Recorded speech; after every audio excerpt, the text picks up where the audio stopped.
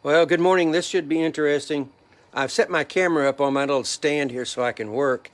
And I wasn't even going to bother showing this because it's kind of a hassle to get the camera out and get it set up. But you only do this once, and it's somewhat of a hassle. And I think there's maybe somewhat of a learning curve on it. But of course, there's the crown. And these are what they call TIG welder's gloves, or tungsten inert gas welder's gloves. And these things are real important because years ago, at one time here, I can't show you. Here you go. I've got this monster soldering iron going here because this crown is brass. It takes a lot of heat to get this thing hot enough to add this solder, and I'll explain why we're putting the solder around the perimeter of this thing in just a minute. But it's a big piece of brass. It's already been somewhat patinaed with this dark brown finish. There'll be more finish going on over that, but I didn't need to tin this whole thing. Back years ago, we would have tinned the entire thing because we would want the patina, which is going to be on the solder, to be even or the same. This one we're doing a little bit different. Anyway, I've got this huge monster soldering iron here. It requires a lot of heat. And then I have a 100-watt Weller iron. It's called an SG100, means stained glass 100. Pretty much probably 90% of the people that do stained glass use that particular iron. So I'm kind of preheating this area a little bit here with that 100-watt iron. And then I've taken a Dremel tool there with a wire brush, and I've gone all the way around the perimeter of this thing, both the inside and the outside, to get that brown finish that was all the way out to the end off. And I wanted to get that clean so I can get this solder to adhere to the brass. And it's a lot easier to say than it is to do. Once you get the temperatures and everything just right, you don't need to be intimidated by this thing because you're not going to melt it with any of the soldering irons that we have here. It would take a lot of heat to melt that. So I began working on, pointing my finger that direction, I began working around this other side to get to here. Things are working real good for me now, so as I go on around and intersect the area that I started in, I'll probably come back around a little more to get tinned or some solder on the edge of this brass all the way around and get it real even, and then I'll turn it over and make sure I've got the inside. All right, why are we doing that? This crown is going to set in the top of that lamp form, and I'm not going to be moving this around because my camera's on a stand.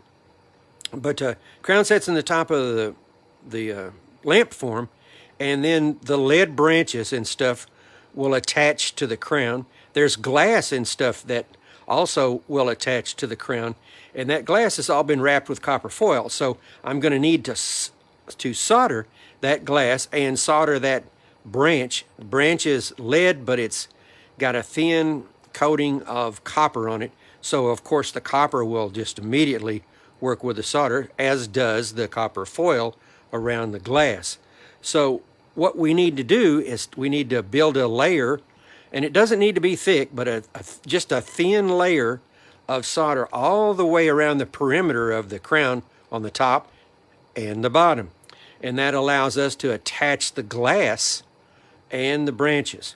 That's important because this crown holds the entire lamp up. So the entire perimeter of the top of the lamp, I don't think it's going to do me any good to be pulling pictures up here. We'll get it figured out. When I put the crown back on top of the lamp, you'll see what I'm talking about. But all of the glass for the whole shade is going to be attached to the edge of this crown. So it gets real important that this tinning be done properly so that when you get this thing going, oh, I've got some, come in. I'm doing a video here in just a minute, everybody. So anyway, we're going to solder around all the way around this. I'll do this a couple of minutes here, and then it's not going to be a long video. So just hang on.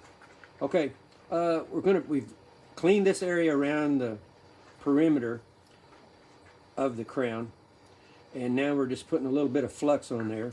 And then it's going to take a couple of minutes for this big iron to get this hot enough, and it's got a lot of heat, and I've preheated it with this iron over here, so this should work. I'll show you a couple of minutes of this, and then we'll bail out just to show you how it's done. But we've got the tinning around to there. Okay, let's Or not hot yet because we don't see the flux smoking. And you can see how hot the iron is. See it melt that solder. Okay, now the flux is starting to smoke, so it's getting pretty warm. Now what I do, right underneath here, there's some spatter solder that's dropped. And so I'll come back up and lay it up on top here. There you go. All right. And you're working around, and just adding a little solder in there. And let's see if we can get some right here.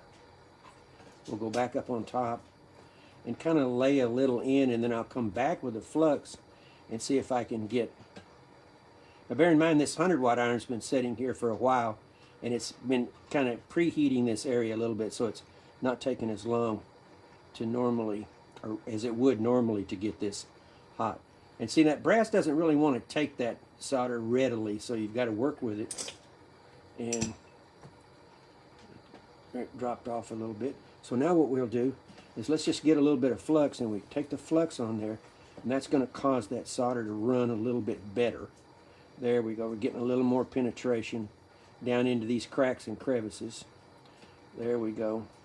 Now I think, I don't know whether you can see this, along the bottom edge of the crown there, we're not doing that well, so let's get a little more heat.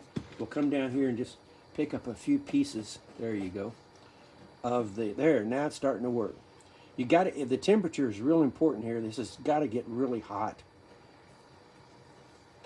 Okay, so there we go. That's actually and I got to do this all the way around this whole piece. Just around this edge, because this is where it's going to, the glass is going to attach. All right. Now, that's all there is to it. Let's heat that up for that final time there and kind of pool that solder just a little bit. And we got that section right there is actually pretty good. So we're getting it good and hot again.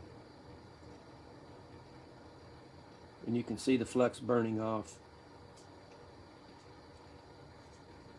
That's going to be good enough right there. That's probably going to work. Okay, one last thing, and then we'll shut this video off. It's real important if you're ever going to do this kind of stuff to wear some protective gloves. And maybe 3 or 4 years ago, I burned my finger real bad. Let me get so I can see in the camera here. I burned this finger here real bad.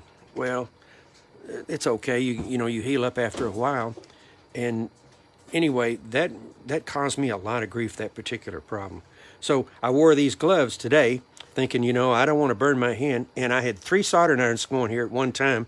One of them fell. I reached over to grab what I thought was a handle, and there's where the soldering iron came, right across there on this leather glove, and right across there. If I had not had this glove on, I would have had a very, very severe burn right there. So these soldering irons can be dangerous, and particularly if you got 3 or 4 of them going, it can get really rough. Well, anyway, that's this little bit of video here, and I'll go all the way around this thing just the same way, and we'll turn around and do the inside. So let me grab my phone out of this holder, and there we go.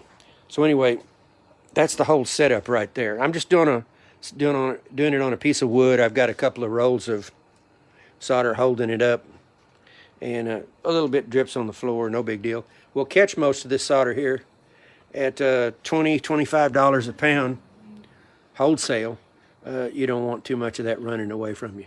Anyway, now that looks a little cobbed up and ugly, but it isn't going to make any difference because we're going to solder the glass and branches to that, and then that'll be patinaed, so you won't see that silver, and it'll blend right in to the top of the lamp. But I wanted to show this evolution here and this part of it because it's certainly part of getting the work done.